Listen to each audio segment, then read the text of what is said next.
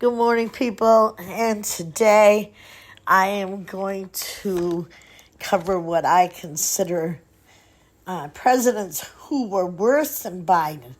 Now, Biden is elderly now, he's a little slower, and you can excuse some of his actions for his age. However, today I'm going to cover Andrew Jackson, who's known as Old Hickory. He's our seventh president and believed that he was for the common people of the United States.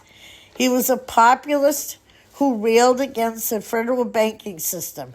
He grew up poor, climbed the ladder himself, and was a war hero, a romantic who pined for his wife, who passed away only days after he won the presidency. He owned slaves, although many other of our first presidents did. What set Jackson apart and placed him on the high of the evil president ranks was his actions against Native Americans. Simply put, Andrew Jackson never met an Indian he liked or felt obliged to respect. Appointed by President Thomas Jefferson to wage war on the Creek and Cherokee tribes in order to gain their territory, Jackson was a brutal Indian killer whose nickname Sharp Knife was well earned. At his command, his troops killed not only vast numbers of male Native Americans, but also many women and children. Millions of acres were stolen from the tribes during his campaign, and in 1818, him and his men invaded Spanish Florida.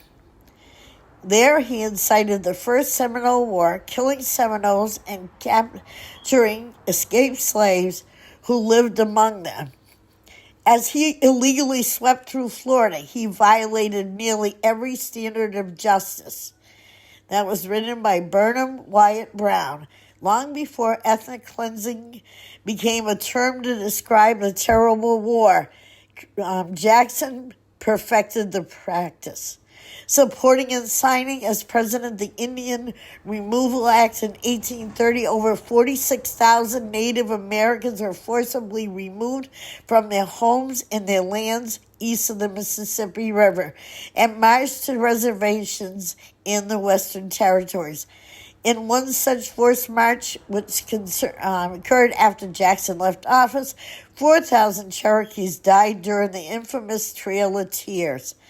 Now, that's a horrible story, and I can tell you I have a handwritten account of that by my great-great-grandmother that described how they were starving to death, forced to sleep in a creek that was not totally dry.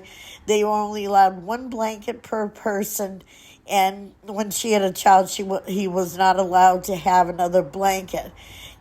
They were so hungry they killed their family dog, only to find the dog was starving to death too. The story was horrible. Millions of acres were seized, handed over to white slaves, and Oda Hickory earned his actions against Native Americans just beside. He was just a horrible man, despite the fact that the Supreme Court ruled it unconstitutional. John Marshall has made a decision now. Let them enforce it, cried Jackson. He was a horrible man. He killed, thousands of Native Americans. That's how we'll start with worse presidents than President Joe Biden.